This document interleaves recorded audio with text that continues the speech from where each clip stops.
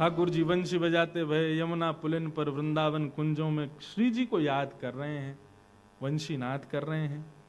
परंतु ठाकुर जी की वह वंशी को सुनकर के पल्ली पार सब गोपियां। अब देखो यहां पर वेणु गीत का यही स्वरूप है।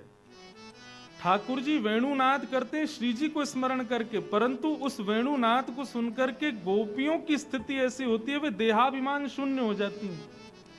जो काम कर रही हैं उसी को करने में रह जाती हैं, या जो काम कर रही हैं उसमें मन नहीं लग पाता, भूल जाती हैं सुध बुध कहां बैठी हैं, क्या कर रही हैं, कैसे कर रही हैं। ठाकुर जी को भाव तो बड़ो प्यारो है, लेकिन वहां गोपियों की स्थिति तो बड़ी विचलित करने वाली हो गई। सब गोपियां इकट्ठी हुई आपस में और मन बनाने लगी, बोले भैया या लाला की वंशी को कहा करें। बोले क्यों? बोले सुनवे में सुख तो बहुत दे, लेकिन जब या की वंशी बजे वास समय हमारे कोई काम ही ना है पा में। गोपियां, भागवत का एक श्लोक भी है, वहां ठाकुर जी से निवेदन करती हैं, लाला एक काम करो। बोले कहा, तुम वंशी तब मत बजाया करो जब हमारे घर में भोजन बने करे। ठाकुर जी बोले क्यों? बोले आपकी वंशी को नाद सुन के हम चैतन्य तो पिघली जामे, लेकिन हमारे जड़ जो लकड़ी जल रही है वहां में भी पानी प्रकट है जाए, वो जल ही नहीं पावे, भोजन बने ही नहीं पावे। ठाकुर जी बोले अब या को कहा निधान करें, हमें कैसे पता चले तुम्हारे घर में कब भोजन बनना है। अब पता चली दोपहर में तेरी सास से भूख लगी आई, तू बनाने लगी और वही समय हम वंशी। अब या को मतलब तो ये पूरे दिन की प्रतिबंधी कर दो हम पे कि हम वंशी नहीं बजाएं।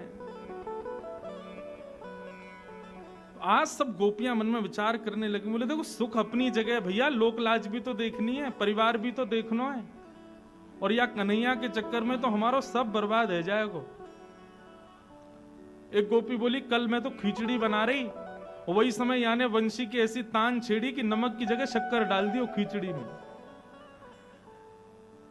सब गोपियां अपनी अपनी स्थिति कहने लगी, मन में विचार करने लगी कहा करें कहा करें। तो सब गोपी ने मन बनाया, बोले एक काम करो, लाला की वंशी चुराए लो। लाला की वंशी चुरा लेंगे तो बजा ही नहीं पावेगो, बजा नहीं पावेगो तो फिर हमारे काम धंधे हुए जाए करेंगे। और तो सुनो वहां में एक फायदा और रहेगा, जब सुनवे को मन करे ना तब दे दे करेंगे ले लाला, और फिर आगे बाद जब हमें काम करने होंगे फिर कोई गोपी भेज के फिर चुरा लेंगे। गोपियां सब ये चर्चा कर रही थी, तभी वहां से ठाकुर जी का एक सखा गुजर रहा था जिसका नाम है मधुमंगल। तो मधुमंगल तो ठाकुर जी की सीआईडी फोर्स है। गोपियां सब ये चर्चा कर रही थी, तभी वहां से ठाकुर जी का एक सखा गुजर रहा था जिसका नाम है मधुमंगल। तो मधुमंगल तो ठाकुर जी की सीआईडी फोर्स है, वहां को काम ही यही है कि कहां क्या योजना बन रही है वो योजनाएं सुनना और जाके ठाकुर जी को बताना। अच्छा, मधुमंगल जो ठाकुर जी से बहुत बड़ा है उम्र में, लेकिन ठाकुर जी के संग ऐसे रहता जैसे संग कोई बालक है का। तो मधुमंगल एक वृक्ष के पीछे खड़े होकर सुनना था। सब गोपियां कह रही हैं कि लाला की बंसी चुराओ।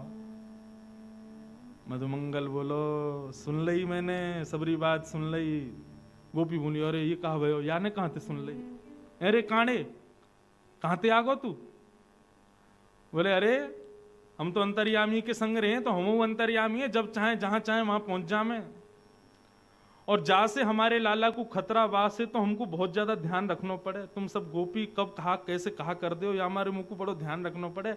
और आज मैंने सुन ली है तुम्हारी बात जो तुम कह रही, अरे सखियों अरे गोपियों तुम तो बड़ी निर्दयी हो, बताओ हमारे लाला के बारे में ऐसा सोचो।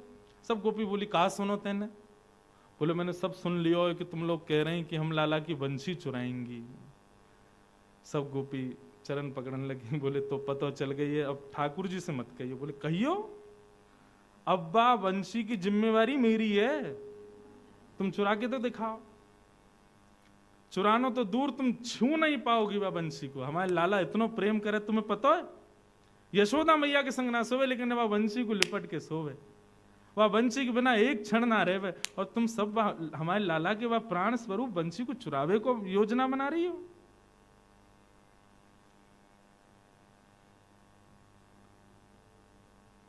मैं रक्षा करूंगा, ना चुरा पाओगी बंशी।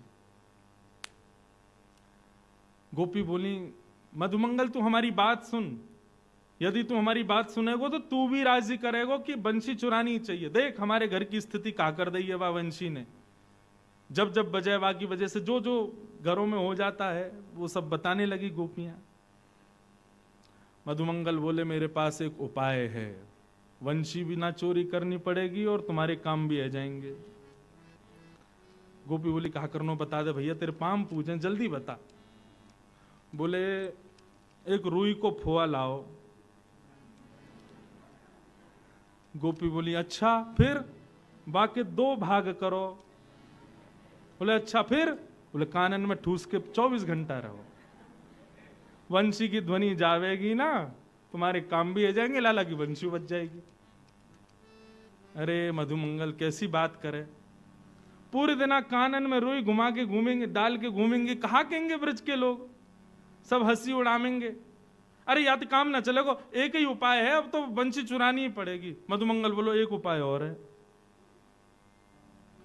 गोपी बोली, बता दे भैया, दूसरा उपाय बता। बोले, एक लंबो कपड़ा लाओ। बोले, अच्छा। वाकू मुंह ते लेके कान तक बांधो। बोले, फिर? बोले, फिर यमुना जी में कूद के मर जाओ, ना बचोगी तुम, ना बचेगी ये बला। हाँ, कूद काट के खत्म करो। ऐसो मधुमंगल। गोपी बोली, अरे हम कौन ते बात कर रही हैं। मधुमंगल बोलो, भैया बंशी तो नहीं चुरा पाओगे, क्योंकि वह बंशी की जिम्मेवारी अब मैं ले लूंगा। मधुमंगल लौट के गए ठाकुर जी के पास। अरे लाला कहा कर रहे हो? बोले, कछु ना भैया, बैठा हूं। वो लाला एक गुप्त खबर तो को देनी है। ठाकुर जी बोले, कहा भयो? बोले कि ये बरसाने की गोपीन ने सबन ने योजना बनाई है तेरी बंशी चुरावे की।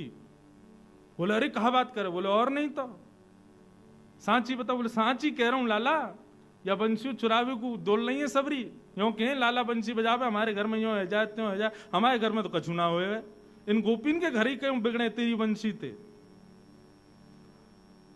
ठाकुर जी बोले, अब क्या करें? बोले, अब कहा करें लाला, एक ही बात है, बंशी मुंह दे दे। मैं, तू तो नेक्सो सो बालक है, तू कहां लड़ेगा इन गोपीन ते? मैंने थोड़ा बड़ा हूं, मुस्टंड हूं, एक लड़ लूंगा इन ते, ला बंशी मुंह दे, या की रक्षा मैं करूंगा। ठाकुर जी बोले, देख ले, प्राणन ते प्यारी है, दे तो रहूं। तो बोले, तू चिंता मत करे, ला दे मुख। ठाकुर जी ने अपनी बंशी मधुमंगल को दे दी। अब मधुमंगल ने फेंट बांधी, फेंट में बंशी लगाई और गयो पेड़ के नीचे जाकर के बैठ गयो तपस्वी बन के। बोले, कहा करेगा? बोले, भजन करूंगो। लाला ने बता दे काय नाम को भजन करूं? बोले, राम नाम को भजन कर भैया। बोले, कहा बोलना? बोले, हरे राम बोलियो। मधुमंगल पहुंच गयो, हरे राम, पीले राम, नीले राम भजन करन लगो ठाकुर जी को। ठाकुर जी को भजन कर रहे है। इतने में ही सब गोपियां वहां से निकल रही थीं। गोपी ने देखी महाराज तपस्वी बैठो है, और सबने देख ली फेंट में बंशी बंधी है ठाकुर जी की। सब गोपी ने घेर लियो मधुमंगल। अरे आज तो भजन कर रहे हो? बोले, बिल्कुल परेशान मत करियो मुझको, नाम जप कर रहा हूं मैं, भजन कर रहा हूं। बोले, अरे भजन में कब ते बैठे? सवेरे ते बैठे होंगे, थक गए होंगे, न हम आपको कछु खवाए दें पिवाए दें, न आपको भूख लगी होगी। सब गोपी ने अपने अपने माखन के मटका खोल खोल के सामने धर दिए। माखन तो मतलब ठाकुर जी, और ठाकुर जी सखा बा के आगे तो फिर कछु नहीं, मुंह में पानी आ गो। सब गोपी बोली, आओ हम अपने हाथन से आपको पवाए दें। मधुमंगल तो आनंद देते, वो भूल गो बंशी की रक्षा करनी है, मुंह खोल के बैठ गो, लाओ पवाओ। सब गोपी अपने घर घर के मक्खन ले में वाके मुंह में दें। अब जैसे ही मक्खन मुंह में जाए, नेत्र बंद करके मधुमंगल खूब आनंद में माखन को ले रहा है। इतने में 2-3 गोपी पीछे गई, पीछे ते जाकर के फेंटते बंसी निकारी और पीट पाट के मधुमंगल को भाग गई, ले गई बंसी। अब मधुमंगल रोतो रोतो गयो ठाकुर जी के पास। बोले, लाला मेरी बंसी सुरक्षित है? वो लाला अब तो मैं कहा बताऊं, मैं ही सुरक्षित आ गो, यही बहुत बड़ी बात है। अरे मुंह तो लगे ही सबरी गोपी भांग में लाला इन मक्खन में, ऐसो खवाया, मैं तो बिल्कुल मूर्छा में आ गो, सबरी बंसी लेके भाग गई। अब तो जैसी पता चली बंसी चोरी है गई, ठाकुर जी तो अब इतने परेशान। कहाँ गई होगी? बोले बरसाने की गोपी ले गई हैं, तो जरूर श्री जी को जाके दे दी होगी। अब तो लाला उन्हीं के पास जा, वही तेरी रक्षा करेंगी, वही तो पे कृपा करेंगी। हमारे ठाकुर जी बरसाने पहुंचे। अच्छा, ये सब योजना गोपियों ने श्री जी के नेतृत्व में ही की थी। पहले श्री जी को जाके बताई थी, बोले भैया जादनाते ही बंशी ठाकुर जी की भजन लगी है। बोले लगे तो बहुत अच्छा है, लेकिन हमारे घर बार तो सब बिगड़ रहे हैं बैठे। श्री जी आप आज्ञा दो तो हम बा को चोरी कर लाएं। पहले तो श्री जी ने मना किया, लेकिन फिर ललिता विशाखा ने प्रलोभन दियो, बोले बंशी चोरी हो जाएगी तो वह बंशी को लेवे श्याम सुंदर आमेंगे। तो श्री जी को लगे अच्छा श्याम सुंदर यहाँ आमेंगे? बोले हाँ। अब तो दोनों ही एक दूसरे को देखवे के चकोर हैं। श्री जी ने भी आज्ञा दी कर लाओ चोरी। और महाराज सब गोपी चोरी करके वह वंशी को ले गए और ले जा करके रत्न जटित सिंहासन पर बैठी श्री जी उनको प्रदान कर दे। नेक देर में ही ठाकुर जी पधारे। मोह उतरो भयो है आंखन में मोटे मोटे बिंदु। श्री जी के चरणन में जाकर के निवेदन कर रहे हैं, हे श्यामाजू मेरी मुरलिया दे दो। अब इसी को इसका एक और विस्तार स्वरूप है इस लीला का, उसको राधा न्याय कहते हैं। श्री किशोरी जी से ठाकुर जी और गोपियां दोनों कटघरे में खड़े हो जाते हैं। किशोरी जी मुख्य बीच में बैठ करके न्याय करती हैं कि कौन सही है कौन गलत। ठाकुर जी ने जाके कही कि मेरी वंशी मुंह को दे दो। किशोरी जी बोली देखो श्याम सुंदर, हमें आपकी वंशी से कोई बैर नहीं है, लेकिन इन गोपीन की बात सुनो, ये भी गलत नहीं है। सब गोपियों ने बताया, बोले जब ये बंशी बजा में हमारे घर में ऐसा ऐसा रह जाए, कोई पानी भरती रह जाए, कोई भोजन बनाती रह जाए, कोई सोती रह जाए, कोई मुस्कुराती रह जाए, कोई रोती रह जाए, ऐसी स्थिति या वंशी तो होगी तो कैसे चलेंगे काम? अब आप या को कोई निधान बताओ। ठाकुर जी बोले निधान का बताऊं? मैं वंशी पे आपको ही नाम गाऊं? मैं कोई साधारण वंशी तो बजाऊं ना? तेरो ही गुण गाऊं मुरलिया, तेरो ही गुण गाऊं मुरलिया। ठाकुर जी अपना पक्ष पुष्ट कर रहे हैं। लीला में श्यामाजू तो मुख्य आसन पर बैठी हैं। ठाकुर जी एक तरफ अपना पक्ष रख रहे हैं और गोपियां दूसरी तरफ से आरोप लगा रही हैं। और ठाकुर जी बता रहे हैं कि भैया हम वंशी काय भाव से बजा में तेरो गुण गाऊं मुरलिया, तेरो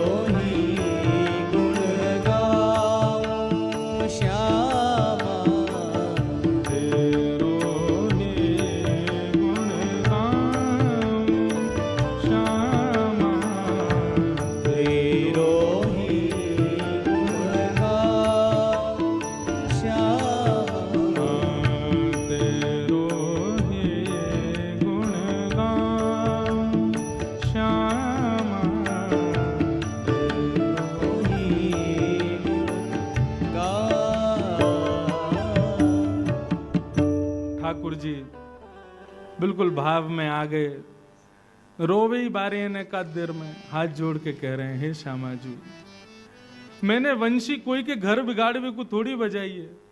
मुझे कहा पतो ये गोपी कब कहा कौन सी लीला कर रही है। मैं तो आपको जब स्मरण करूं, आपको याद करूं, तब वह वंशी को वादन करूं। वास्तव में इस लीला के पीछे एक भाव यह भी है कि भाई श्याम सुंदर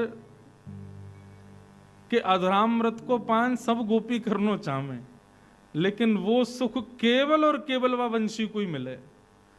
तो इन सब गोपीन के 36 के आंकड़े भी हैं वह वंशी थे। ये वंशी भी एक सहचरी है, सखी है, या हमारे ये सब दूर करना चाह रही हैं ठाकुर जी से। लेकिन आज ठाकुर जी अपना पक्ष कह रहे हैं कि हे श्यामाजू, हमने वह वंशी के द्वारा कोई के घर बिगाड़वे की इच्छा ना रखी, और तो और मैं अपने सुख के लिए भी नहीं बजाता कि मोए कोई राग रागिनीन को बजावे को बहुत सुख मिले, मुझको अच्छा लगे, ऐसा नहीं। मैं तो आपको जब स्मरण करूं तब बजाऊं। श्यामाजू, मैं तो आपको दास हूं, मैं तो आपको सेवक हूं। नागपुर वाले ने बड़ी हंसी आ रही है, लाला सेवक कह रहे हैं अपने आप हैं हमारी श्री जी के आगे। बंसी लेनी है तो कछु तो करेंगे। वैसे तो हमारे ठाकुर जी सदा ही दास हैं, लेकिन प्रार्थना कर रहे हैं, श्यामाजू मेरी बात सुनो, मैं कहां गलत हूं। ठाकुर जी के नेत्रन में जैसी मोटे मोटे आंसू आए, इतने में श्री जी ने इशारा किया गोपिन से, बोले रहन दो, अब मान जाओ इनकी बात। तब एक गोपी किशोरी जी से ऐसो के, अच्छा ठीक है, अब दया करके इनकी वंशी इनको दे दो, दया करके। ये कोई इस न्याय में जीत गए हैं या इनका पक्ष मजबूत है, इस बात से नहीं, दया करके इनकी वंशी दो। और श्री जी वैसे एक बात कहूं, वह वंशी को हमें रखना भी नहीं चाहिए। बोले क्यों, क्यों नहीं रखना चाहिए? युवती मन घन चोरनी दे हो अगते डार, याहे मिले पट चोर सो चोर चोर की यार। बोले ये जो वंशी है ना, हमें कहीं से पता चलिए ये भी श्याम सुंदर ने चोरी करके अपनाई है, तो यह भी चोर हैं और ये वंशी भी तो वैरणी चोरनी है। बोले क्यों, ये हमारे चित्त को चुरावे? ये भी चोर हैं और वो भी चोर हैं, ये चोर चोर एक दूसरे के यार हैं। यह में पट चोर सो चोर चोर की यार, यह चोरन सरदारनी यह चोरन सिरमोर। हे श्यामाजू, ये वंशी चोरन की सरदारनी है, और ये जो सामने खड़ो का है इतनो सीधो सो बन के, ये चोरन को सरदार है। इन दोनों की जोड़ी बनी भई है श्यामाजू। प्रेमानंद सराहनी बनी रहे यह चोर। हे श्यामाजू, हमने सुनी है जैसो रखो संग वैसो है जाए मन। अगर हमने या वंशी को ज्यादा समय अपने पास रखो तो हम बरसाने वाले आपकी सहचरियां, आप हम सब बड़े पवित्र हैं। या चोर की या चोरी भई वंशी को, ये चोरनी को यदि हमने अपने पास रखो तो कहीं आके अवगुण हमें नहीं आ जाए, या हमारे दया करके या वंशी को इनको ही दे दो। या कुछ ज्यादा समय संग नहीं रखना चाहिए, नहीं तो कहा पता वाकई अवगुण हमारे भीतर आ गए तो। तब ठाकुर जी, तब उन गोपिन के भाव सुनकर के श्री जी ने न्याय में जीते नहीं है, दया करके वंशी को ठाकुर जी को प्रदान किया। अच्छा लो रखो अपने पास। जैसे ही ठाकुर जी के हाथ में वंशी आई, ठाकुर जी के तो तेवर ही बदल गए, आंखन के ढंग बदल गए, चेहरे को रंग बदल गए। बोले ऐरी गोपी काके रही, ये चोर नहीं है, मैं चोर हूं, ले रुक अभी बताऊं। इतने में ही ठाकुर जी ने दर पर रखी वंशी और जैसे ही नाद किया सबरी गोपी वहीं मूर्छित होके गिर गई।